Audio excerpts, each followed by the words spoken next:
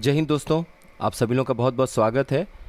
तो इसकी एक अलग सीरीज़ जो चल रही है यूपी पीसीएस के लिए, उसके लिए एक अलग प्लेलिस्ट बनी हुई है। आप लोग वहाँ से पिछले वीडियोस को भी देख लीजिएगा। कुछ दिन तक अभी हम लोग करंट अफेयर और इस मंथ के एंड तक, या आप मान के चलिए 1 से 2 सितंबर तक टारगेट है कि अगस्त मंथ का पूरा करंट अफेयर, जुलाई, जून और मई, ये 4 महीने का करंट अफेयर हम लोग हर हालत में 3-4 सितंबर होते होते 5 सितंबर होते होते कंप्लीट कर लें अच्छे से, जितने इंपॉर्टेंट एमसीक्यूज़ हैं। और अभी कुछ दिनों तक लगातार हम लोग साइंस देखेंगे, जिससे आपकी कंटिन्यूटी बनी रहे। उसके बाद जो पिछले जो भी हिस्ट्री, पॉलिटी, ये सारे टॉपिक बचे हुए हैं, इनको हम लोग अच्छे से देखेंगे। बाकी उसके बाद हम लोग ज्योग्राफी और ये सब भी शुरू करेंगे। तो ये इम्पॉर्टेंट सीरीज़ है, इसको आप लोग रेगुलर फॉलो करते रहिएगा। तो जो भी क्वेश्चन पूछे गए थे, जिस थीम पर पूछे गए थे, उनमें से फैक्ट्स को हम लोग देखेंगे। तो आगे आने वाले जो भी क्वेश्चन है वहाँ आपको बहुत ज़्यादा हेल्प मिलेगा। कोई भी एग्ज़ाम हो, कॉन्सेप्ट एक बार क्लियर हो गया, चीज़ें पता चल गई, तो कैसे भी पूछ ले वो आपका सही हो जाएगा। देखिए, एक क्वेश्चन पूछा हुआ था, ये है पोंगामिया पिनाटा। पोंगामिया पिनाटा क्या है, पहले आप लोगों को एक इसका पौधा दिखा देते हैं। देखिए, ये वृक्ष है और ये इसका फूल है और ये इसका वृक्ष है पोंगामिया पिनाटा का। देखिए, क्वेश्चन ये पूछा हुआ था, इसको करांज भी बोलते हैं, ध्यान रखिएगा, करांज भी बोलते हैं। ये एक ऐसा लेग्यूमिनस ट्री है जिसके बीज जो हैं वो बहुत ज़्यादा तेल प्रदान करते हैं। मतलब इनके जो बीज हैं, सीड हैं, उसमें बहुत ज़्यादा आप तेल निकाल सकते हैं उसमें से। और ये पेट्रो प्लांट है। लगभग इसके बीज में जो तेल, इसके वेट के हिसाब से आप देखेंगे तो 40% तक इसके वज़न का आपको तेल देखने को मिलेगा। तो बहुत ज़्यादा ये ऑयल रिच सीड है और इसको प्रोसेस करके आप लोग बायोडीज़ल में कन्वर्ट कर सकते हैं। तो बायोडीज़ल के ऊपर कभी भी मेंस में भी कुछ चीज़ लिखना हुआ तो यहाँ से आप इसका एग्जांपल दे सकते हैं। पोंगामिया पिनाटा के पौधे बढ़ाए जाएं, लगाए जाएं, 40% तक इसमें से तेल निकल सकता है। इस तरह से आप लोग चीज़ को बना सकते हैं। तो यही यहाँ पर हिंदी इंग्लिश दोनों में दिया हुआ है। पोंगामिया पिनाटा, जिसे करंज नाम से भी जाना जाता है, एक फलीदार वृक्ष है जिसके बीज में तेल जो है वो प्रचुर मात्रा में होता है, जिससे यह एक पेट्रो प्लांट बन जाता है। इसके बीज में जो तेल है भार के अनुसार 40% तक प्रचुर मात्रा में होता है। इसे हम लोग बायोडीज़ल में संसाधित कर सकते हैं। और पोंगामिया पिनाटा कहाँ ज़्यादातर पाया जाता है, तो नदियों के किनारे भारत में और समुद्र तट पर आप इसे देख सकते हैं। अब लेग्यूमिनस प्लांट जो अभी हम लोग पढ़ रहे थे, फलीदार पौधे, उसका क्या मतलब होता है। देखिए, इन पौधों के जड़ों में आप देखेंगे तो जड़ों में जो गांठ है उसमें आपको एटमॉस्फेयर से नाइट्रोजन फिक्स करने वाले बैक्टीरिया मिलेंगे। मतलब फलीदार पौधों की विशेषता यह है कि वे जड़ों की गांठों में सजीवी जीवाणुओं के माध्यम से वायुमंडलीय नाइट्रोजन को स्थिर करने की क्षमता रखते हैं।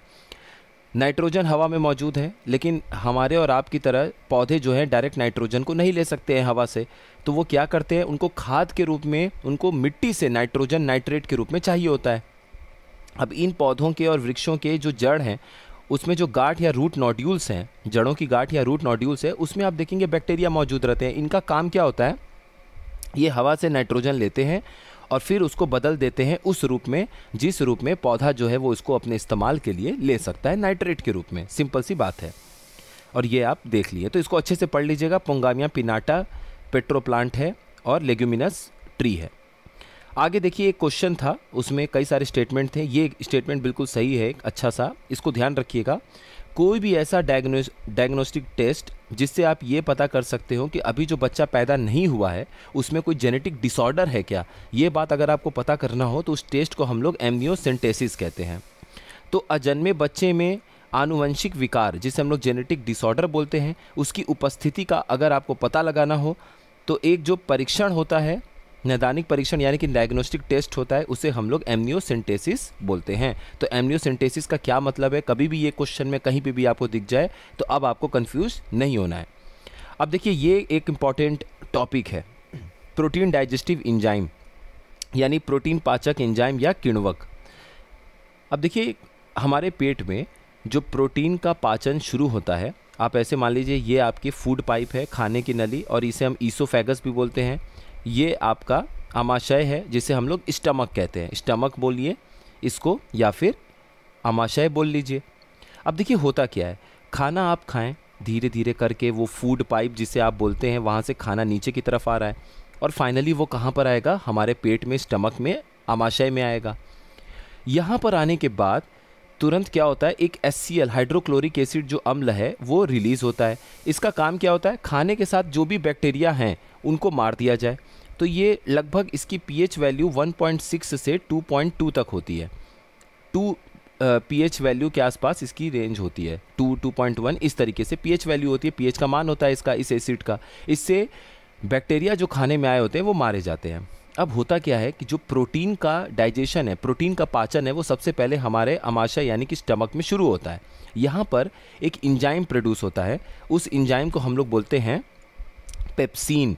देखिए, जब भी आपको ये शब्द सुनाई दे सीन वाला, पेप्सिन, ट्रिप्सिन, इससे तुरंत समझ जाएगा कि प्रोटीन को पचाने वाले ये एंजाइम है। तो ये जो पेप्सिन हमारे स्टमक में, पेट में बनता है, इसका काम क्या होता है कि जो प्रोटीन के बड़े बड़े हिस्से आ रहे हैं पेट में, इनको छोटे छोटे पेप्टाइड में तोड़ा जाए। किस में तोड़ा जाए, पेप्टाइड में। और ये छोटे छोटे पेप्टाइड के टुकड़े अब भी और छोटे हिस्से में टूटेंगे। कहाँ पर, हमारी छोटी आंत यानी कि स्मॉल इंटेस्टाइन में। जब वहाँ पर भी एक एंजाइम प्रोड्यूस होगा जिसे हम लोग क्या बोलते हैं, ट्रिप्सिन। तो पेप्सिन कहाँ प्रोड्यूस हुआ, स्टमक में, आमाशय में। ट्रिप्सिन कहाँ प्रोड्यूस हुआ, हमारे स्मॉल इंटेस्टाइन में प्रोड्यूस हुआ। और स्मॉल इंटेस्टाइन में भी किसकी वजह से प्रोड्यूस हुआ, पैनक्रियास की वजह से प्रोड्यूस हुआ। ध्यान रखिएगा, जिसे हम लोग अग्नाशय बोलते हैं। तो देखिए यहाँ पर क्या लिखा है, स्टमक का जो एसिडिक इन्वायरमेंट है वो पेप्सिन एंजाइम के साथ प्रोड्यूस होता है, जो कि प्रोटीन को छोटे छोटे पेप्टाइड में तोड़ने की कोशिश करता है। हमारा जो छोटी आंत है, स्मॉल इंटेस्टाइन, वहाँ पर ट्रिप्सिन तोड़ता है इन जो हमारे पेट में हम छोटे छोटे प्रोटीन के हिस्से थे पेप्टाइड, उनको भी और सिंपल रूप में तोड़ता है कौन, ट्रिप्सिन। ये बात ध्यान रखिएगा। तो ये आपको क्लियर हो गया होगा कि स्मॉल इंटेस्टाइन में ट्रिप्सिन बनता है, ट्रिप्सिन प्रोड्यूस होता है एंजाइम, जो कि हमारे ऑलरेडी पहले से जो छोटे छोटे प्रोटीन पेप्टाइड में टूट कर आए हैं उनको और छोटे छोटे सिंपल रूप में तोड़ता है।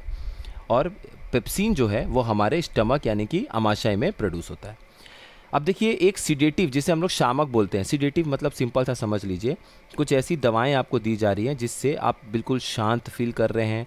जो एक एंजाइटी था, एंजाइटी की दिक्कत जब हो जाती है लोगों में, बहुत ज़्यादा चिड़चिड़ापन हो जाता है और शांत नहीं रह पाते हैं, इस सोने में उनको बहुत दिक्कत होता है, जिसे हम स्लीप डिसऑर्डर का नाम देते हैं। इन सभी चीज़ों को दूर करने के लिए जो दवाई आपको दी जाती है वो पोटेशियम ब्रोमाइड से मेनली बनी होती है।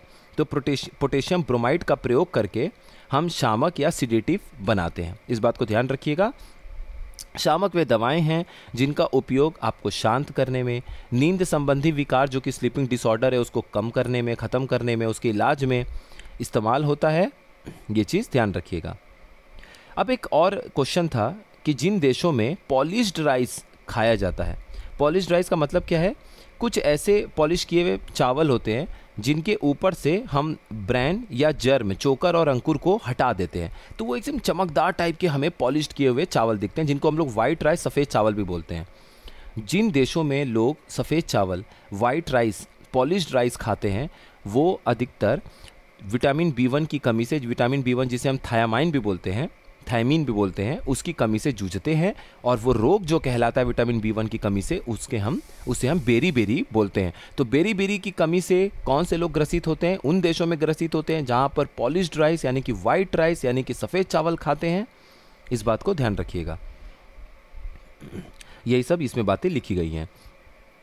अब एक और चीज़, ये हमारा रक्त प्रवाह हो रहा है और आप मान के चलिए ये जो हमारा रक्त प्रवाह हो रहा है इसमें ब्लड ग्लूकोज लेवल बढ़ गया या कम हो गया, इसके ऊपर हम लोग डिस्कशन करेंगे।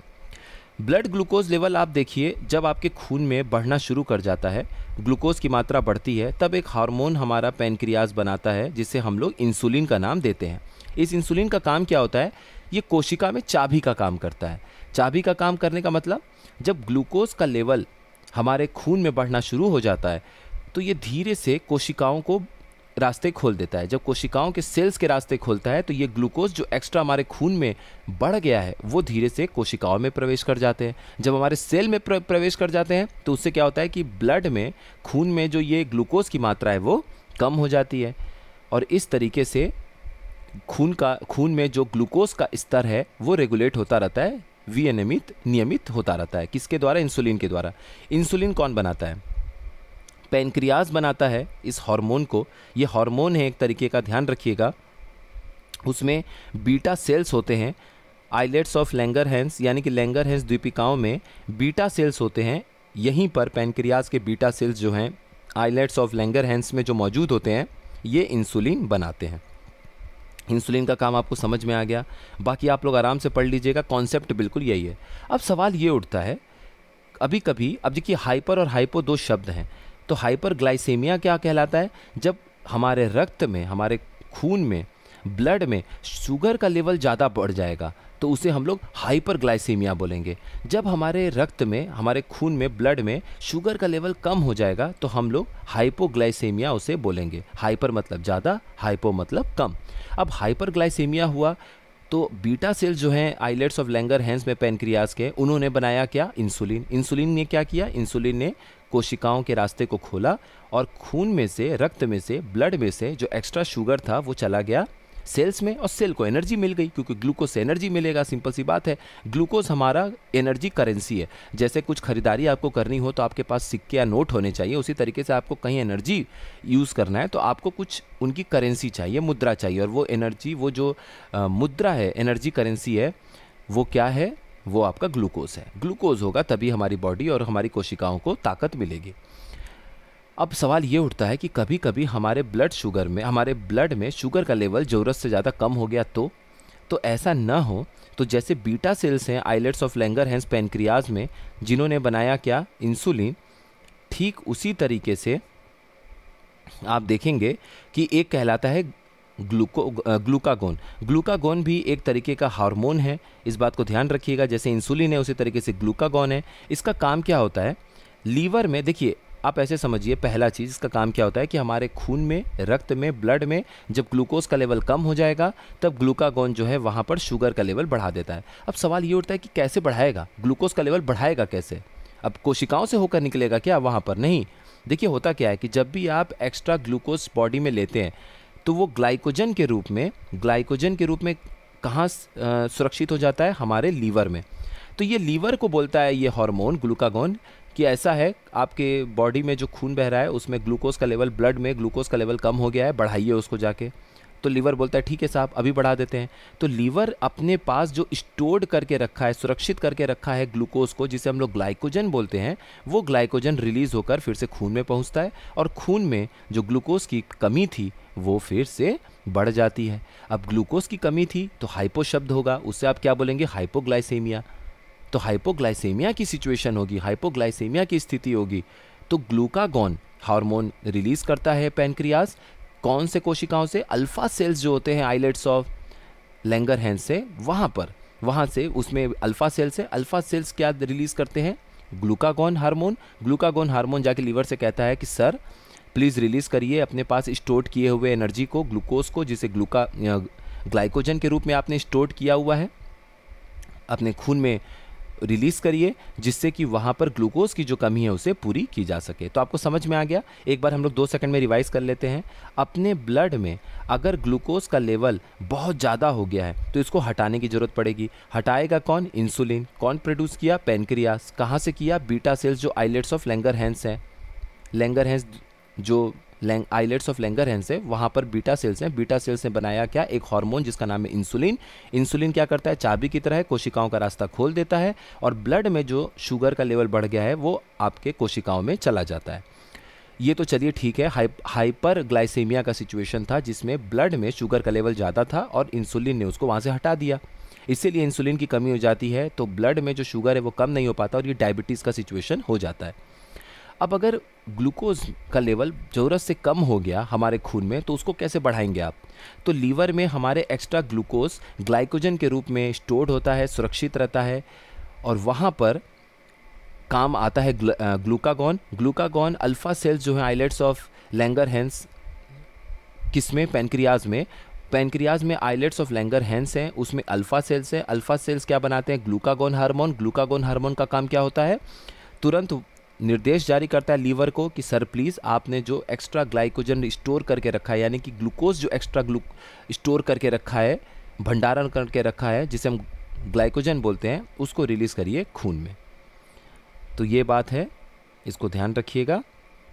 और इस तरीके से ब्लड शुगर बढ़ जाता है। तो ये हाइपोग्लाइसेमिया का सिचुएशन था, क्योंकि पहले से ब्लड शुगर कम था खून में। अगर अभी भी ये कॉन्सेप्ट आपको समझ में नहीं आया, यूट्यूब पे लिखिएगा नीचे कमेंट में, दोबारा फिर से वीडियो में आप लोगों को बता देंगे। तो इस तरीके से उम्मीद है कि आप लोगों को साइंस का ये सेशन ठीक लगा होगा। अब इसी तरीके से हम लोग इसको कंटिन्यू करेंगे। और कोई भी आपका सजेशन हो हमेशा लिखा करिए, कैसे और बेहतर किया जा सके, चीज़ों को इम्प्रूव किया जा सके, उसके लिए हमेशा आप लोगों के लिए कोशिश रहता है।